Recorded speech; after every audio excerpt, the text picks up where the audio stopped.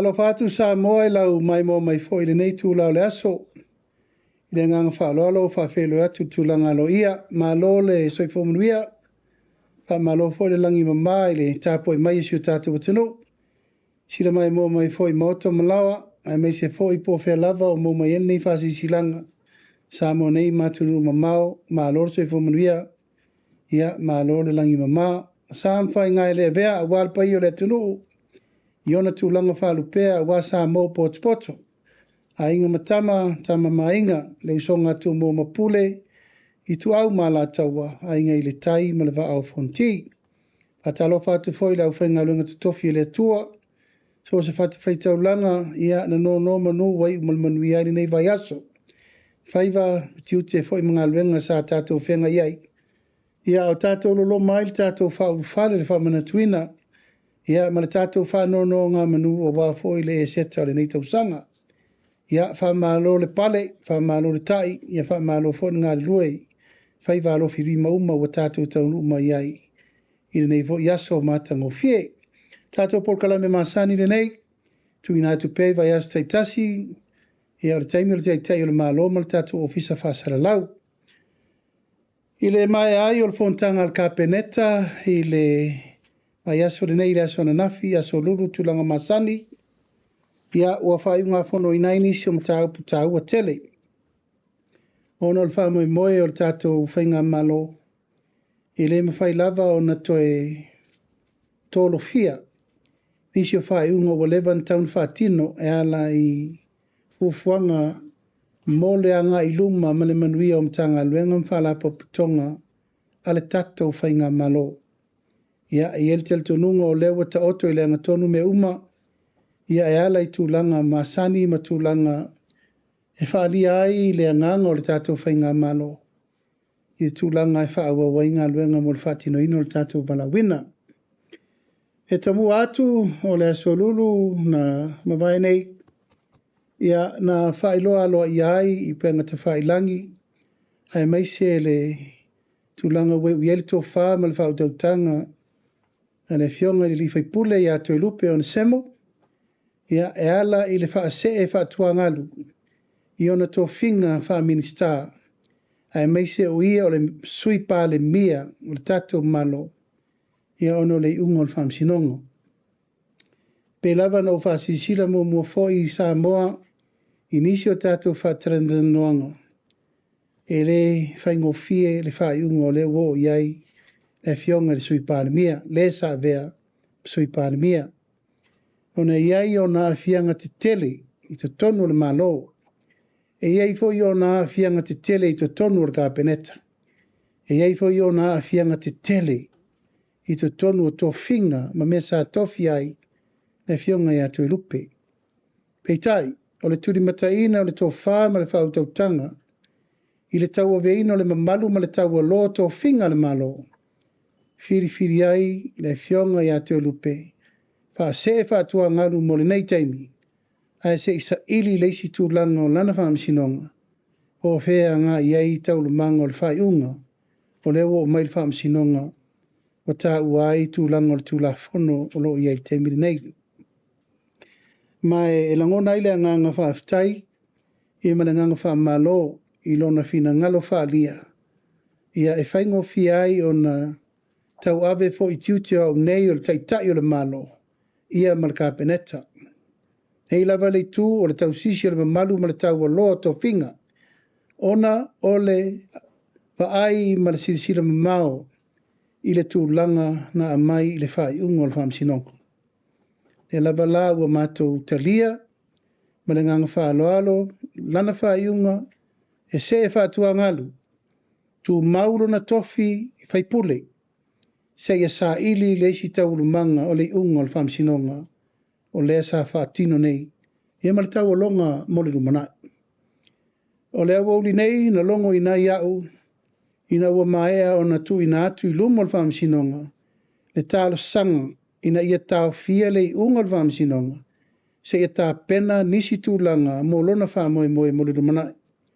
Ato ai ma le apili e tu ina atu i lunga o ai inga o the constitutional challenges. Ia ma le tūlanga e lui nai le whaiunga o tuina mai le whaamsinonga. I lana ia te tau whaatangata nuu o loa a fia i lalo le whaavai o le malo Samoa. O le sa longo i nai nei au i lau ori nei, watalia e le watau a veina nei le whaamsinonga, le tau fia o le whaiunga le whaamsinonga, se ia mai o na tapena uma isi tūlanga o le ua iai le whaiunga a ngai i le toe whesilingia o le whaiunga wa iai nei. Mai o te manatu o i sa ave fo i eltu a lalo, ia male tūlanga o i o ala o mea. Ina ia manino le malamalama le taoto o le whaiunga le whaamsinonga. A ia manino foi ma malamalama le tūlanga e pui pui aia ia te tau a i lato ua fia. Le alau te whasi sila lo iai o le whaiunga a le o lo tau o veina le mtaupu le taimire nei. O tau fia le whaatino ina le unga o le whaamsinonga. Ina ia wha solo mua le reviewinga ia maritulanga o le luina o le whaiunga o tuina mai i lalo o le constitutional court. Ina ia mawhai ai o na ta oto le angatong le whaiunga le name taupu. Mai a whapetu la i le whaatulanga sao o lo tau fia le unga e vea pe ia ma whaipula le tu malo se ia tau nuu le tau nuu unga e o iai le suenga muli muli. O le u whai ia i le wha masino le wha iunga i le so.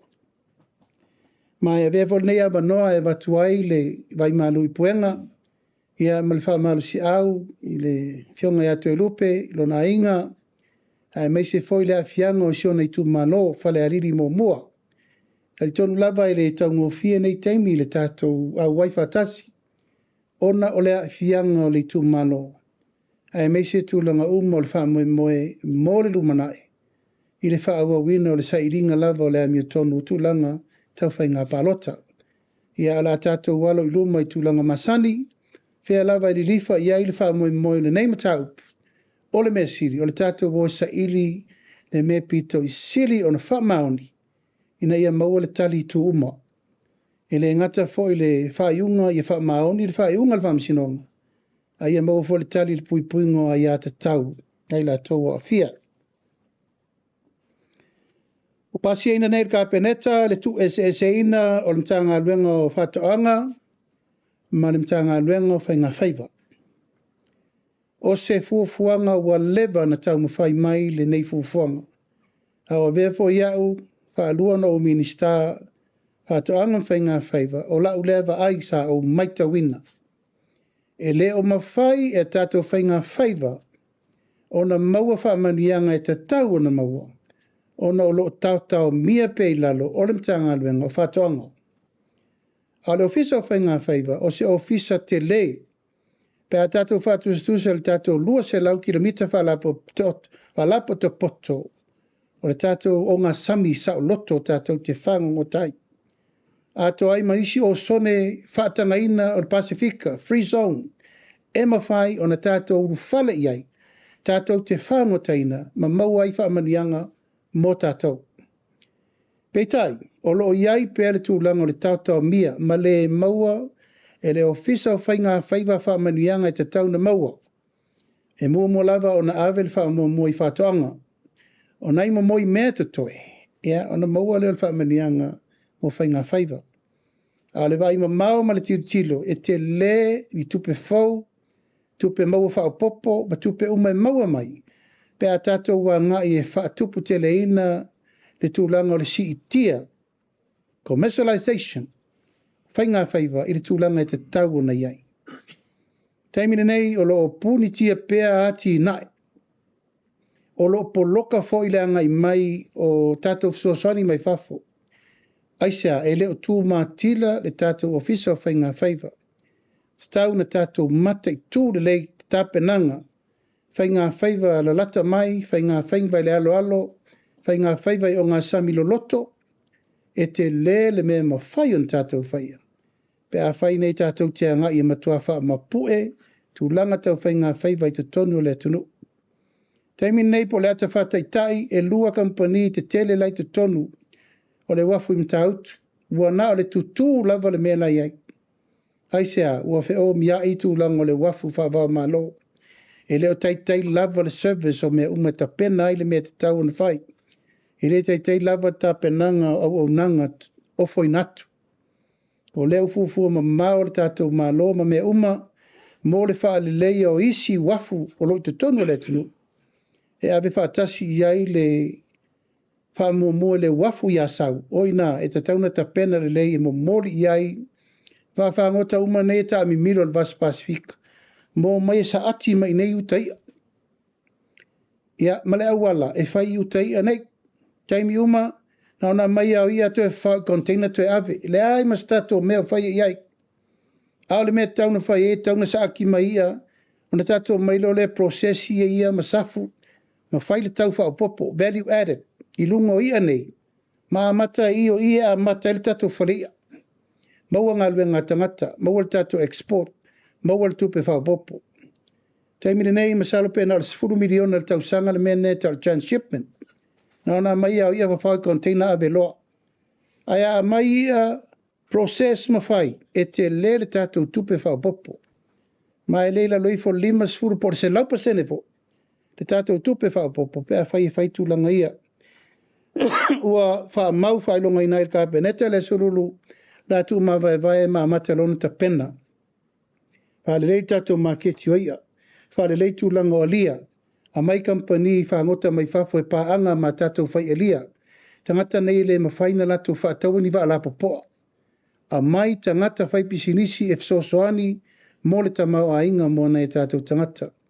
O le taimile nei wale eto e mawhai e tato alia no i whafo atu le toris fu maila. Hai sea, e le mawhai e la iti e tato wa, e tasi ale so e lorito e fo i mai.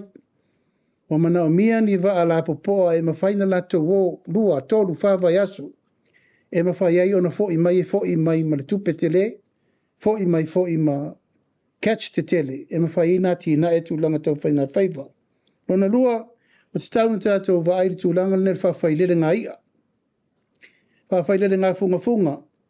Ma isi tūlanga uma e leo mawhai na whaatino le taimile nei. Tauna tātou wa airi leile tūlanga, tātou te wawai pe o isi atunu. E whai vai tū loto, e whai o ngā sami, e whawhailele ia, wa e le mawhai tātou whatu tū pēr. I le nei mea o le tātou o pe harvest mai e tūlanga o mea lofa le atua mo tātou. Taun tātou vai mamau i le sila asanga mo le rumana. Ina ia lava pēr tau mafa mo le tātou atunu. O le tātou te mai tau o me masani, me whaale nganu.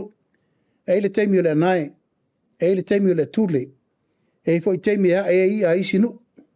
E leo le awala la le tātou te tilo iai. Whātupu tele inai le tele o ia whawhailele.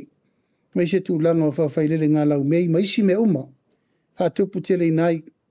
A le whaiale mea lea o le wawae ina o le mtanga luenga o whai ngā whaiva. E le ai ase me tasi a ngā ilumbo. Manatua i lor ka peneta o le ufa atino le fufuanga le mo le rumana. Ta pena le lato pursiri, ta pena le lato o whainga luenga. Ta pena le au vivi masani, tu i e ma le tupel malo e fsosoani. Mai o lo o tele tātou development partners, tātou FAA, Amerika, Japani, New Zealand, Australia. O lo maua mai fsosoani whatupu tele inail tātou tanga luenga fōle la whatu o tanga luenga whainga whaiva and marine resources. Ia, ua iai lawal tūlanga o lo whapole inai pēnisi o le tātou atunu i le tūlanga o le vesi o le taua lea i le atu asia, ai le atu alapi, ma le atu uma o lo whasolo. Ua mai au na tu ina maili poti o le tātou treasury, o lo o tā pena tātou mo teimi wha le tonu. Tātou te lei loa po wherme o iei tau rumanga o le mele whai. A iei la fianga e o mai a tātou, whera wa ingo waa, o loa ngosi, o penisini. Ia ma mea mo whapena langa o leli lifa tātou. Fitus full valsu pasene, o loa le tātou te ola whalangulango iei, o imports. Ma taun tātou ti tiro leile awala e pito i sirin tāla whea ngai, e lava o lewa ngai pol kalame le malo. A tupu te reino tau mawhai tono nuu mai tu malo. A me se tā penanga po whea lava e o iai wha moe moe. Ia o lo lava tā pena fufuanga o whonga tau maha. Me se tau singa o tātou tunu. Fu ta penanga pe ono foi atu ta waile wafu ya sau. Wa mata whaatara noanga le tātou OPEC, e ta pena nisi tane te tele mō le stoa ino le tātou swau. Nono winga, e wa tātou toi fo i al mesa tātou iei, o a sau sa mata mai iei i atu langa te tele sa iei whare swau, sa tā ofi mwari swau ina. Peitai, ia le lava wa mai uma mei a pia. Nono winga, o leo tātou wo ne ia iuni e lo iel tātou reserve, tātou te le lore si mei tu atu. Al ta penanga lava iu whatu langa ni tanga luenga tupe, mam tanga luenga malava o lo ta pena, i le taimiri nei. O le tātou sau niuni ni e pole a lava me tūlai mai. A o lo tātou sau ni pea. O whamaunia sa moa le marienga whapaanga i le vā o le iuni e lopa, ma tātou ma lo whalapa putonga mai Afrika, keri piane ma le Pasifika. Ma le nei whamauninga sa whai ei le tātou ratifyinga o le malirienga whapaanga le nei le vā mai iuni e lopa. Ie ma le whalapa putonga, a keri piane ma le Pasifika, le tātou Samoa Agreement. O le mea o levan tauna whai a le ua pato a whai le tūlanga o le whamoe moe le nei ma le ua mai a nei. Le whea ngenga sa sainia i nei le tātou watunu lua wheru futolu, pei tai o le whangangoina o vaenga i malienga o le ala ua whaasolo nei mo tātou. O le solulu foi na pasi ai le tasi o tofinga o fisasidi o le pulenga. O le pulenga o whailonga ma tuisi pasi tau loa SQA. Ua toi whiriwhiri ai nei i le kapeneta le sunga i atu pai pira peilua. E vea mo fisasidi o le pulenga o whailonga ma tuisi pasi tau loa sa mo SQA ma o le luna lua i lea o le hoitamari o le tunu ui fufuanga tofinga le nei. Ia, e lava le tūlanga o le watu peo le whamalo si au. A tonu o leo toi whiriwhiria e o lo le leiringa luenga o whai. Ai wha lei a tiri. Wa umana u whautua ina le fionga li loia sili. Toi sila le lei i kon kalati a lato umanei. Whiriwhiria mai i tūlanga o pūlenga le tātou atunu. Lo iei nisio ai inga te tau o na toi whatūlanga i te tonu. Pena iei o le whatoa mai o na whaile ufuanga le pisa si. A whai whiriwhiria i tūlanga maururunga le malo, iei tūlanga tā pena le lei mea uma. Le ngate ina marupui puia ngā luenga le malo o ngā luenga le o lo whiriwhiria. Ia, matu watu lo iei mal tātou drug test. Tasina iei inga tā ua le ufau tonu o tātou iei ngā umanei, mo le tātou whamoe moe. Tō whinga le ofisa siri le pulenga le tanga luenga o ngā tālonga manganu, ia o le ua a whaitasi le whina ngaro le kapeneta, marmirianga a le fionga i le li minsta o tofi ai le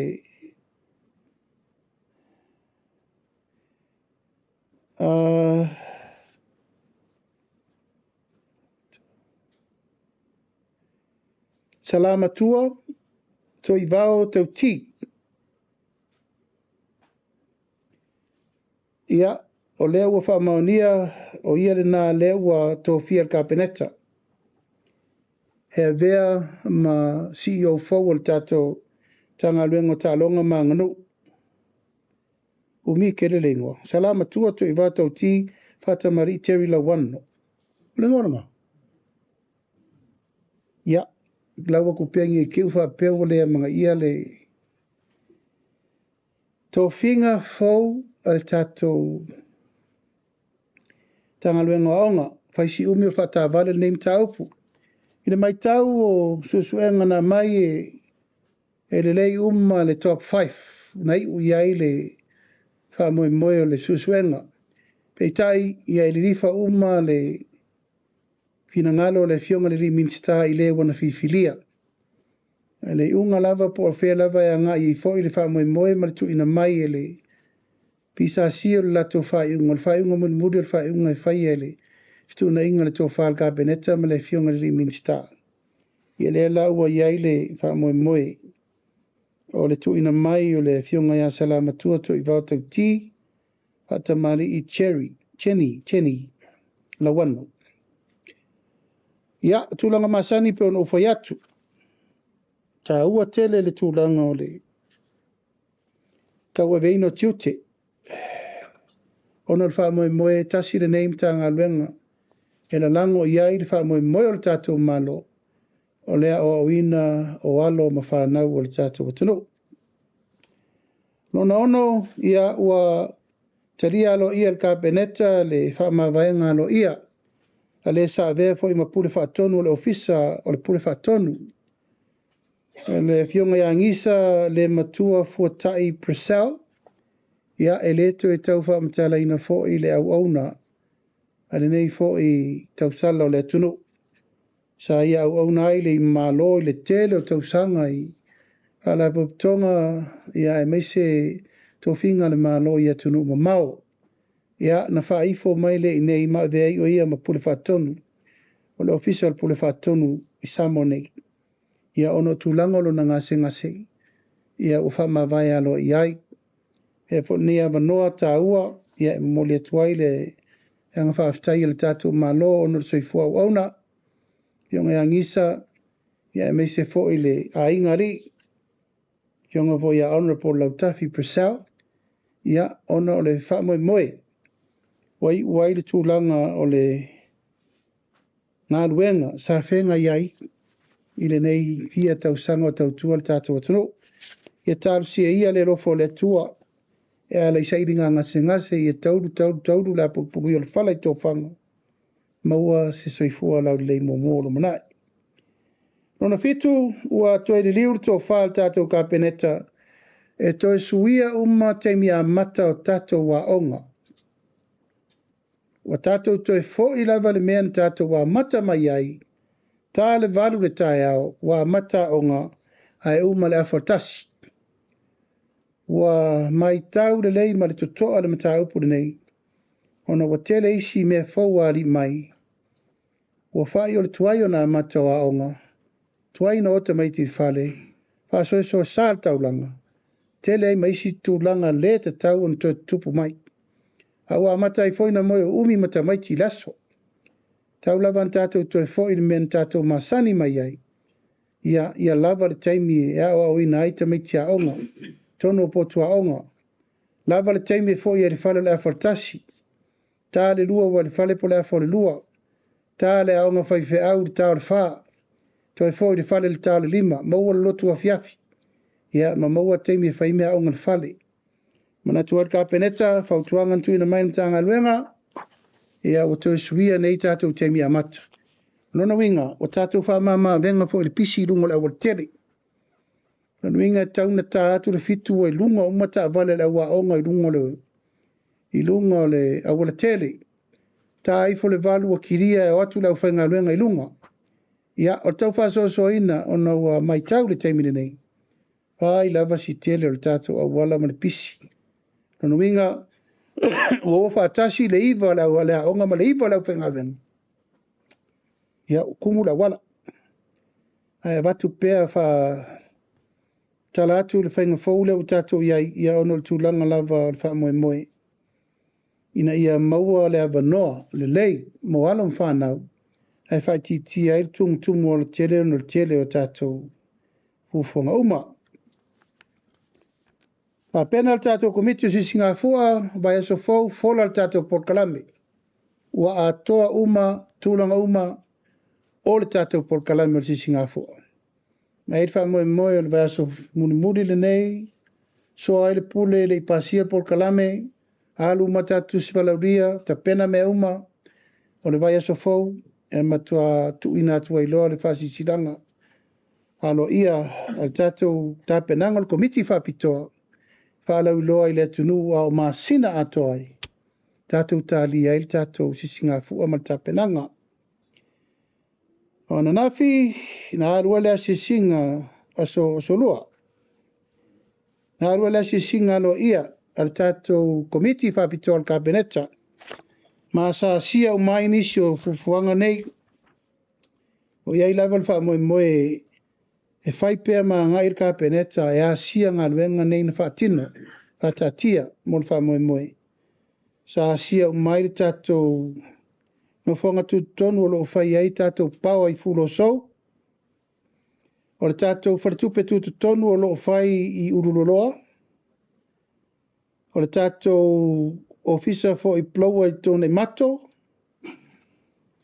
o lo iai tātou poloketi mo le mai mtanga luengo tupe, o le tātou ofisa o lo iai tātou records warehouse tōne mato, tanga luengo tupe foi, ia o le asisia le o tātou mea o lo chacha I tātou tā vale e le tise I tōne mato foi, ia asisia le no whanga o lo ngosi e le pao I fianga, ia o le tūlanga o lo iai le tātou ofisa le ta pena nei mo le tātou talo le tau, Meteorological Office I whale lau niu. Asia le tūlanga le tātou Samoa Police Training Academy I ta whaingata. Ia ai mai se foi tūlanga o lo iai isi e tātou whamoe moe o mea lo whaunga ina e le tātou soifua malolo ina e susunu ina ai o ta ota. Mo I tūtino ma mea umo lo whaunga ita o tonga al whale mak. Ta whaingata. O le tūlanga o tātou masini umaneina mai mo le tātou poloketi o le mechanization. Ia ma le tātou whale packing house folk.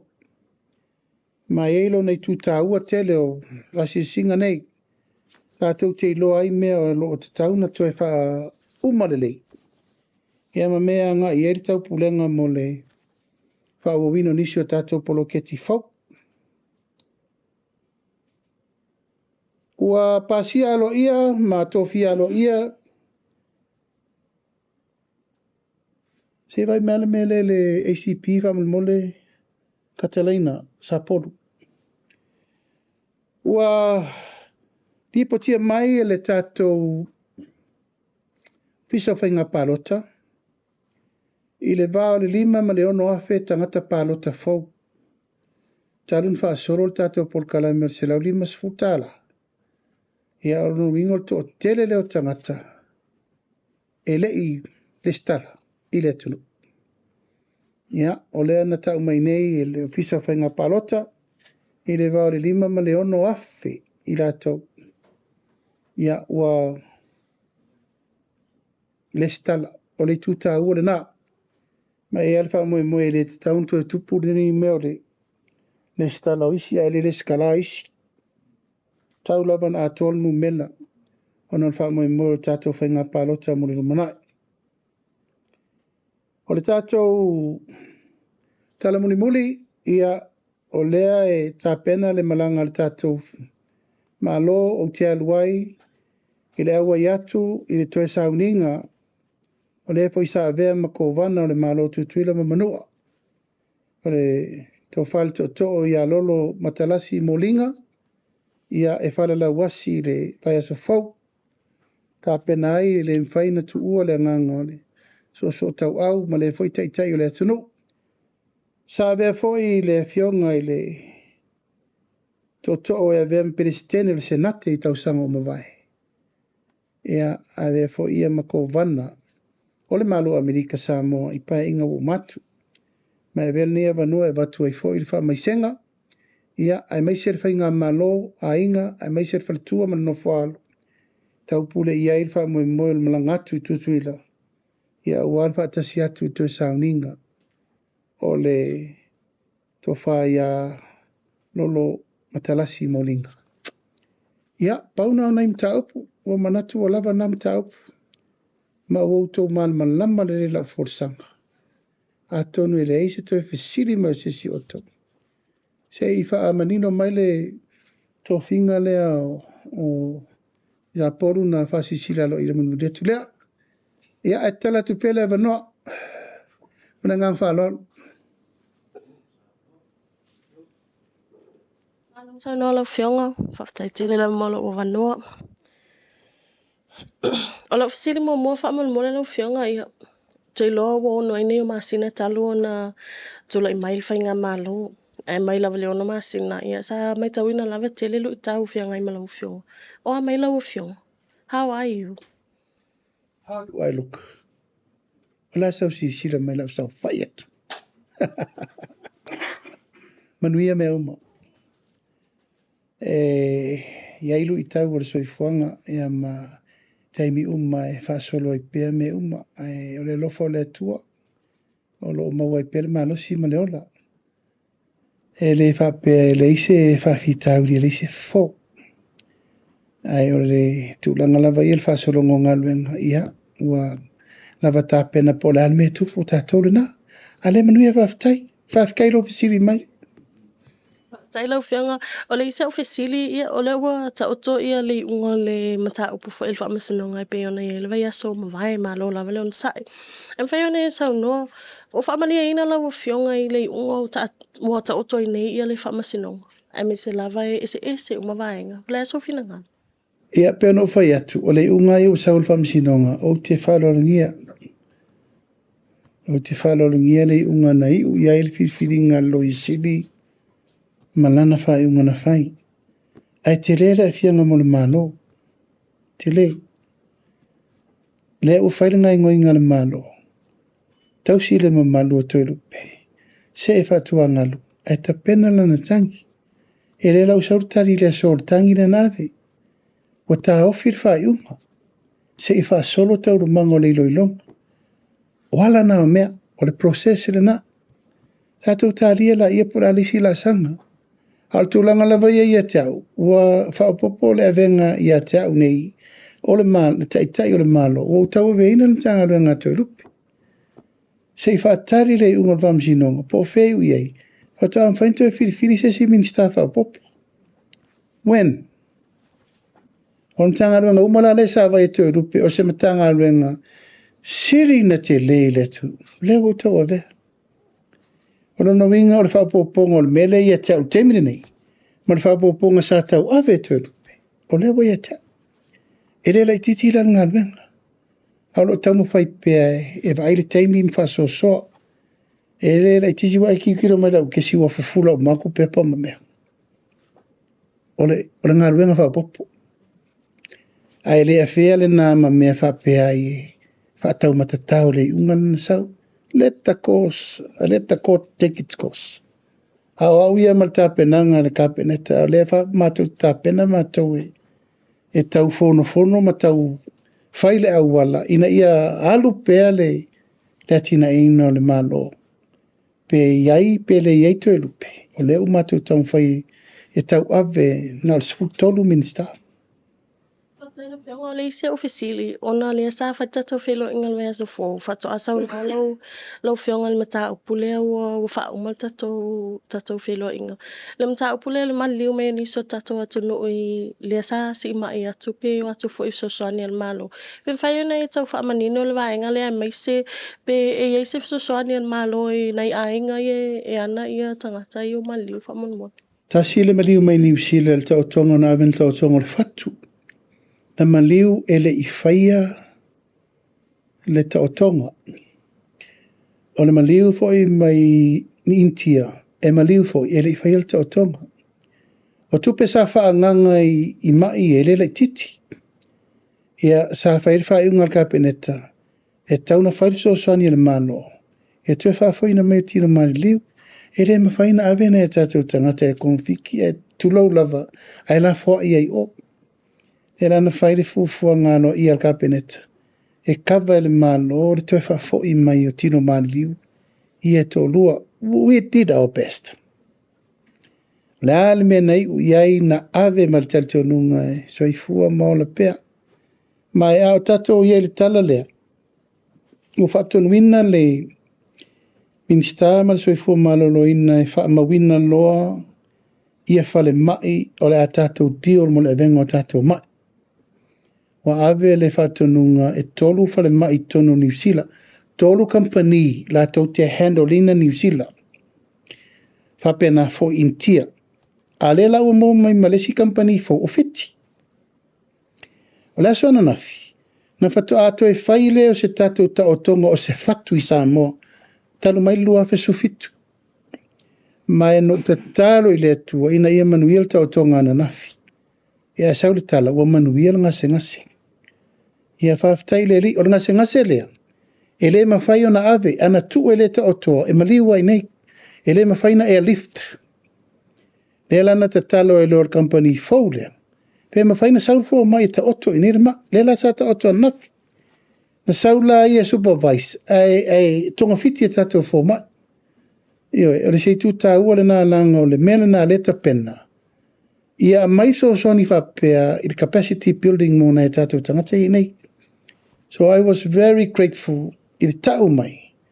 Na sau fo mai lea, whailta o tonga, supervision, ai whatino e tato fo mai.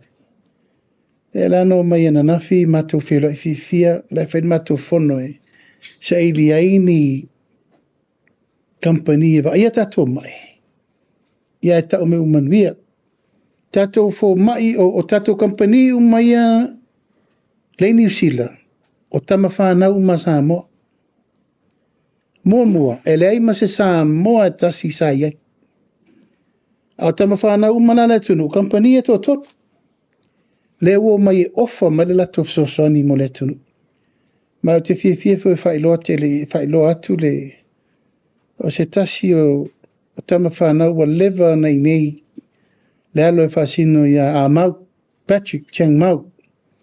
Ia ma le alo e whaasino ia Pari Pesivo, te wila Pesivo. Io e, o tatou tama whanau wa leva na ngā ruru e whafu.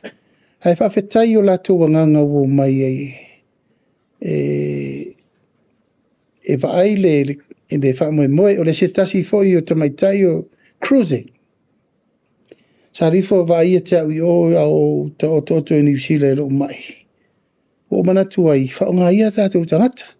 O lawa teime whaonga inkia, Malaysia wori i le sai o i New Zealand. Ai sa whaifo le lato tautua. Alfa le mai la leini i intia, te lele i tūta ua morpa ua tau. Lena leina whiriwhiri whare mai i lua teimine nei. Ia a lewa whai ua nafi i wha mai fiti. A lewa mai le tal sanga saina e whataitai lato. E tato vaila i rope ke usau sainga mua ka ngofi ako. E tato tal si ei alfa moe moe na ua soani le malo e tue whafo i mai tino maliliu na i tato tangateina maliliu. Manino le vaenga la ufionga le isa ofisili whamon mole mai i lato i tumalo umalawe limas food tasi o le atunu. Le wali potia e fast food tasi la walu le sosoane o se lau limas food tala. Ai to a se fulu i tumalo le i alu la taimine. Whaiona e tau wha manino pe isa meo tupu i whansa i tumalo nei polpolo ke tilua. E se tumalo e le i alu se vana ngā ia vai maunga lua, pasal le anga lua. Pawana le tumalo lo te whamautino e le i alu ma se mei whafu. O na o le au te whatati. E o mai tera no, ma saini le lato financial agreement. E le ma whaina ngā ioisa mea pā le o mai saini le financial agreement le whatati e tuele. E a le whiu whakat. E au wakula woka le whamsingonga. E le saini le whamsingonga le lato financial agreement. O le whatati le minsta o tinamta mai tai. E tau na saini le mena na, ia mau mai tala no le mena topu. Ia e peye tu lau lava tu sengi le mena na. O te loa lava o la ieri fina ngalo le tu malo. E ale o vai e te fo. O la fo vai se le mela o koso ieri fai pule le ku malo. E le mau ai tai se tonu. O i e mau ai le tonu. Ia e pangalea, e se al mele fautu atu. E se le mela atu te manatu e mana o e fai mela e mana o ia. La tatia va pena. Ale te whatari. E o mai loa fai tonu fasolo la topu. Paftai lau whionga, o le isi au whafsiri. O lewa lau... O lewa lau manu ia mai lunga o penga ta whailangi whina ngalo le tu malo sa whatalua. Ina ia e tawana awa i atu ia lato whaipule. I lalo al wha amalo al wha totu e tu sa mo tas. Ia wa e peon silfia lau whionga. O le tula i mai le fua le HRPP. A le whina ngalo le tu malo e tau ona lo atu i lalo le fua al fast. O le ase whina ngalo lau whionga. Ia o lau whionga whi el taitai o le vaenga wha upwhai o taitai o le malo. E tali e lau whionga al whina ngalo le tu malo. Ia, au te loa e leise si o Samoa le iwa ai le mela wai ui el tō whari tu malo. Langa lau whasara lau le tu malo la tō whono na whai. Ia mau whaari manino e la tō whina ngalo i lungo penga te whailangi. O ala lau mea, ia, e whiloa. Pea whapeo le tūlanga le nā lau whina ngano iai lato I tu malo. Aina o mai le whaipule e te au nei ma wheloa I nei. Na o mo mai a le sui o le fast leisa fata tupai John. O le Kate Wade na. O le tangata rena. Sa tau vai lalo o le whātua tua I le atua sa mo utasi. Ma o ia voi lena whiri e whaimitei whono I le taimiri nei. I laula mai tau. Wa umana soa le pule le vao. O tu ia ma John. Ina ia o ia lau mea. Ai, o le whai unga. E whai le vanga whau whai. O le alai a mata e whono tae au le vanga whau whai. Tā le iwa. E winga le mta upu lea. Ona soa ile o le pule ma whai le tonu mautu mo le rumanai. Ai pe ona whai atu ele se tūlanga a whai ngofie le tūlanga o le whetu na inga o le whina ngalo le tu malo. Pe la van tātou sirfia. Ya. Ele I whai ngofie fo I teima whina unga whai ngā balot. Ai tō se sirfia fo I tūla I mai o tu ia malana fo I whina mo le chapipi. I le ngate e te ia o ia malona tōrua mala tō nā fia. Alona whartua. Ea, o teimi la nei, o le teimi o le tiro le vāvai. Langa ere e whia so la loto pe a whare whina ngaro leo le tū malo. Ono no inga la ere na o la ua e whelo e fo I male tū malo. Ai o tae au e a matai na whatera noa le mta upu rumo le vang whao whai. Ere e wheto o ta si e o tonu. O le tonu e whai lalo le furisi o le vang whao whai. Ia, ma whasi si lalo ia fo I langa elena o mātou e saporas. O saporas, na nato whiwhiria le vanga whao whai le I mātou. E I lava latu lau le whatera noa mwhaasoa I le tūlanga. E u I ele mali e ngatai pei fo I o le tūlanga tu mai a tai o li seu. E o mai temini, o le tau fo fofi na ngalo. O no le tūlanga, e re whapea fo I e whaingofie. A tūlanga lava ia, ua avela utua lalo ia, o le ua sui le tai. Sui fo le taimi, I le iase nu e popea. Ai a whai o le whina ngalo leo sa whata lua, o lato si le fia. I le o te oto e lato whina ngalo, a whai sa salauta. Ia tonu tai le taimina nei. Pe o se au nā whapopo atu. Ai o le auto e lipo te atu I ati oe. Pe a mai alfonta. Alo whafa. Tai tele lau whionga lau fisili muli ala o whionga. Wa whautua ina I le e tusai o le tolaulau ina o mta upule fo ina afia I lau whionga. Le whautua ina e tau onto e whaia se isi su e nga fau I le mta upa wa lea lava I whailonga fisili. Ia le sa afia e pe maliu ai I le tau le lea. Pai ona sau noa lau whionga pe ua iei se plan mo le mtanga luenga o leo taimine po afia fo e to e amata su e nga whaaman mole. Ia, o te loa o le unga le na sau whamatala le mai ai e le whionga te mai tei whamasino me tau na whai. Maal mena na whai. I re tu upanga e noa I whapea le mta upulea. O leo tu ua I atua I mau mani mea no waru whai. I le anganga mama. So soni leo tau sa iri tangata. I leo a kuur sa iri ngoro ngaka. Ai whaasanga mai sor kura whongolo. So ngoro whai. Ma kuasi se I singi me sa whai. Arupu sa orna. Le susuanga mua le susuanga lona lua. Ia ai so soani susuanga lona koru ai whaasanga mai pingia. O le me sa orna lentup. Ale I lau whaalongo verbally le na whaitonu whamsinonga o lau whaamumua na le la whai. O te le alo ese I le suenga o le tangata na maliu tu au. Se I longa lava e maua. Mai leise me le maua I lalo le lane. Oh yes. E matua sua e whatapito. Se I maua po o ai na la vea I tu au. O nei au makua I kele le maukala. Ma kele le vevesi. Ma kele kupearu. Ma kele le aula lafi. Ala e la sau whairu ngaka. La sau whairu ngaka. Ia po ai. O le mena le la fai. Lona lua. O le mena le whasanganga me le tangata wari inoa. E le whaia ma se mea tasi e leo leo na so. Ala ka kia whanganga. Le i mori mau la wai timo leo whanganga. A bifa. Lona lua na, lona tolu. Le a fianga o whalau whasaina tono na taupu nei. Ala e kaloka la le kaofia i kasam. O mena, le la mai uma i luma le temine. Le se mea, as what the judge say, a wana i se maa le fudia. O wa umana na whaire tūlanga e matua sa ili a priority. Le la whain mele, mai le aise si alo. E lawa ina tele fo i upu matala i lungo le. Penga ta whailangi a tātou leo sue le menea, sue. Ma e befo nea wano tau o te tatalo atua i le pa ia man mamalu le tunu. A whaio e si la fia se wha mata langa i le mata upu le nei. Wha mole mole. A fio mai, come forward.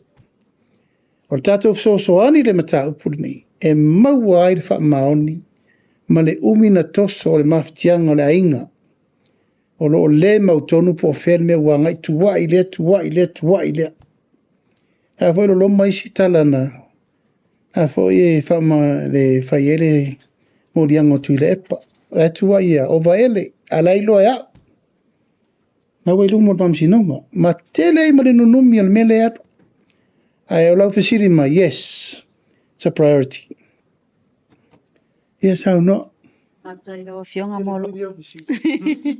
Whaatai lawa fionga molo wawanoa. Ai o lau siri mua ai te sai o lau whalasanga i le mta upule ai le tu SSA na mtanga luenga lo whatuang. Ma le whatu ina mtanga luenga fōleo whai ngā whaiva. Lawa fionga e tato proklame fo i lea o le ulwa i selenga. Po feo wo o iel tato proklame le whamon mole. Ya, wa be se whai ngā malore na umane. Ai na vave le tato paketi i le mene na mai e toi whai tatou tarar tupere la sau. E tauan toi wha awau le mene na ai mei sei. Ola li liu umane me whai aurua i se serenga lima sutasi tu malo. Le ufa mautu i re toi tere se tu peru le lava la wha anganga i e tu langa o so soani e whono wha mai. Imsin tupe mare malo langa tawa mantua fo e ono se la wafi. Sa whare tau wanga i sa vai maupotu. Ya, ora na ono se la wafi na sefe mai. Ona ile tele ni tu malo na whairua i se selen. So now, alela una i de mea ina ia tofu le lima sutasi tu malo. Alela toi wha. Toi wha tūlanga ni tātou taro tupele la. Malo whaafitai manino le tūlanga. Le mta upu fo i o tātou whala o whasaina ia o leo wa mai e nga. Talalo ia fo ia le fo i tam whainga malo. E lawa fionga pele i o mai ni reporti fo i lea mai ni mtanga luenga pe o ieni si wa maua wa afia. Ia. Se i koe whaira i. Nga o ua langa pasila o test. Mai o te watu lau tala le atu ila epa malala le pule. Mai whairua test.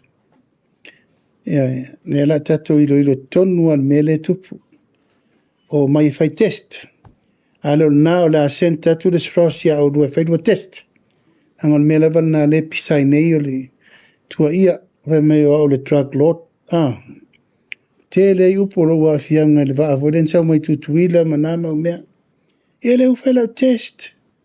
Ia, kilia i me uma. E o se pia ele i mau se pia ele o tino. E a le whamatalanga le na le wha solo atu i le parimene. E o atu le whainga testi tei parimene. I le si fontanga le la so ne parimene ia mei. Ia nei te ila ua le mumusula ua li ila e whai test. E mawaila ina ili a mei. Atu le minerals frose o e. Ta fultata mal whampa o e whai test. O le sia ofisili wha mole la wa fionga ia wana nafi le wha unga fo ilea tato University of Samoa. Mai ta wina fo ilea wha unga le toa te le o le numero i lato sa wha wina. Ia ele ngata o wha nau fo ilea na maua ia wha ilonga tikeri ma isi wha ai sa mai ta wina fo inisi o tangata wha ingalwe ngal malo. Ai o se tala fo ina maua o le toa tele o mātua le lātou anganga whaafitai fo ile le fisosoani al malo le tawa lātou i fon whaavai. Ua mafua ai o na maua fo i whaailonga nei lātou whanau. O le wha moe moe na o tātou malo, o au ia, o tautala pia uro tū malo, so e na ona le whaia o le piri, e vai atu roa o urpe ako. E le lei mo le si tūl tangata whai whato anga. Ai a le lei le mawhau whau o le whai whato anga. E o le advantage la nena, o le pōnesi le na o le alu o le tamatiti e whai whato anga. A le lei le mawhau whau, e whai lana marketi skio. E masu eisi me whau popo ilo na mawhau whau. Whaftai le nei taun whainga tāua, whaftai fo i le graduation tau sanga nei. O le ngā luenga le nā lau wahi ua o ngā tamaiti. Tiu te le malo, su e rol me a vei tamaiti. A pe whasa lau e tamaiti a. Whila whainga tamaiti. O le tiu te rola le temiri nei, o graduates nei every year. Whila me la a vei tamaiti. O le tūlanga, academically level, yes. E vola ma le tūlanga o le tau whail tūlanga o tātum tātai ese. Skill building. Iei tūlanga mei e metau. Tātou e kai me mkwa le leia ma wavolga mi kiki e le leia ngā lima. Ia mau ngā mawhau ngai whao ngā io na io e whawhitai ke lo lava e te le le fsoswani le tātou whunu whaavai. Mai a wanoa pē le poroketi mo tūlanga tau o onga. Tau sanga fōu, tātou whasolo mai ia o ngā mata, a te tai, e se por kako por kalame umor kau sanga fōu. Ia mai tā ua tele le tūlanga o le whātupu tele ina, e mori fo le ngā whawhitai, o le whamano i alato umana whau, ine tau sanga. Whaftai ona sa i lawa whionga. O te manatu o tātou fisiri muri fo i lea wai tasi ala o fesili wha mole. Leo lena e sau noa i le tūlanga lea ina ua tā ua i le official komisi o whainga pālota. 5 afe i le ono afe i lātou le stala fo lena iai. No wingo i lātou umai e le i restala le tātou restala fo i le sa whai. Po le ase fina ngalo lawa fionga na whaafisili atua po le i le tūlanga fo i le asa whaapea mai le official komisi e mōli ai lātou e le i restala. Po le ase tūlanga wata o toi. Ia, ua umang whakura fo. O lo le skala mo lo le paloka whasala oi. Ia, e rua afe e le paloka. Ia, le skala fo ia. Lua afe le skala, ia wai vaila wa maua o man kengi lele i. Ia tuatu pe i le fionga i le pulisiri. La weltu la fon. O lana fautuanga. Ia tātou te anga i e ule o man whaitu la fon. Te le rola po lala le si mene la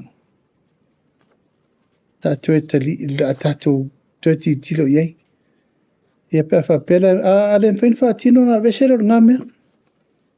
Kere loa. A o lau vai, o lau whaakingor kura fong.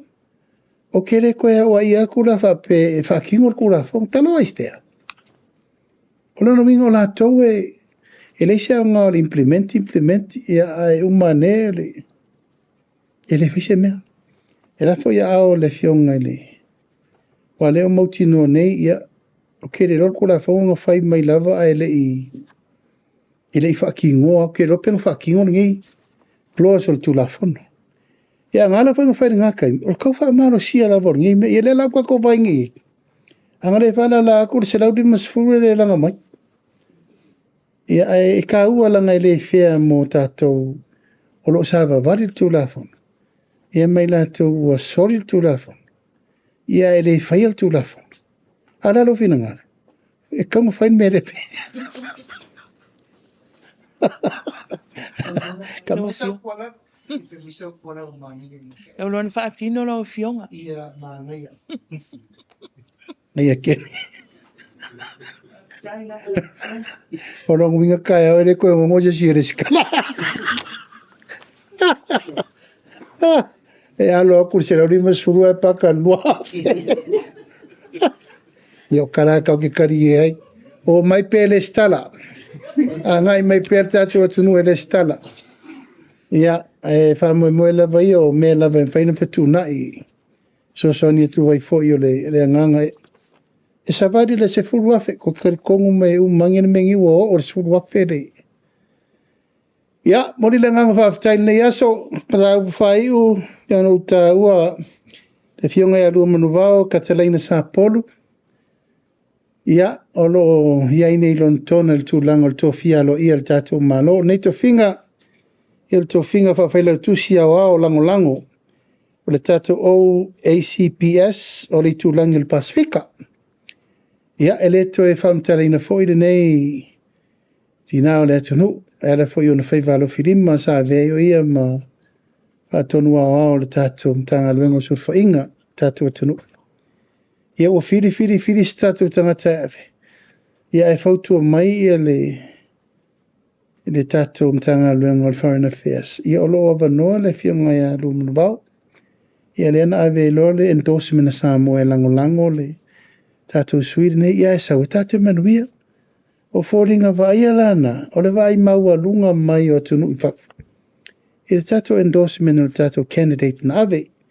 Ia, watu whamanianga, e mei se fōri whamaro si au. Whenga i whiau matiute mga luenga o le tātou tunu. Mo le atu le nganga whaftai tele, lau mai mo mai sa mo le neitu lau le aso. Mo le atu fōri whaftai tele i tūlanga uma le tāpo inga mau. E mei se fōi whai valo whilimo lo Patino i pēru tātou walawina wasi o tātou watano. A mālor ngā lue, wha mālor o nasai. Tātou iei le asa whai ufo le nei vai aso o tātou te no ai mano. Wha mana tuina lava o le aso na. Tongi o lai le tātou wali i whaola mo tātou. Ia man wha moe moe o le tau langa tu tasi. Ia e ala le tātou walawina ma le tātou maua le ola e wha wau tanga. Paula leo le apopo inga sa moa ia Ia pel tūlanga o saunga le mui wheo inga. Mai se fōi le tūlanga o wheo a i rungo waa ma me umal whamalanga i wao motu. Mai se fōi la tō o e o whai mea whawhiwhia. Ha mone mole nofo le le whale. Whai le lotu mtamaiti. Ia maa e pui le tūlanga o whae velawe tātou te le manau mia. Ina ia le tūlanga o le wha moe moe. Ina ia tātou moa se e seta manuia. Masi e seta file mu. E mori atu mo ngā lofa i whai valo whilimo lo toi o nei vai aso. Tātou tau po ia mo le vai aso fau. Toi mawaini si tātou maftanga si tere whapenei. E whaftai atu le tātou autu stala le tātou nei aso ma le tātou maftanga. Whaftai mo fisiri ma me uma whamaru rua tu foi. Se upu e tau la ulu ma le tau tamali i whafonga mai Samoa e mai sere tau whai atu e tali atu tu fisiri. Ai manuia tele nei aso Samoa, manuia le aseta soifua mai manuia.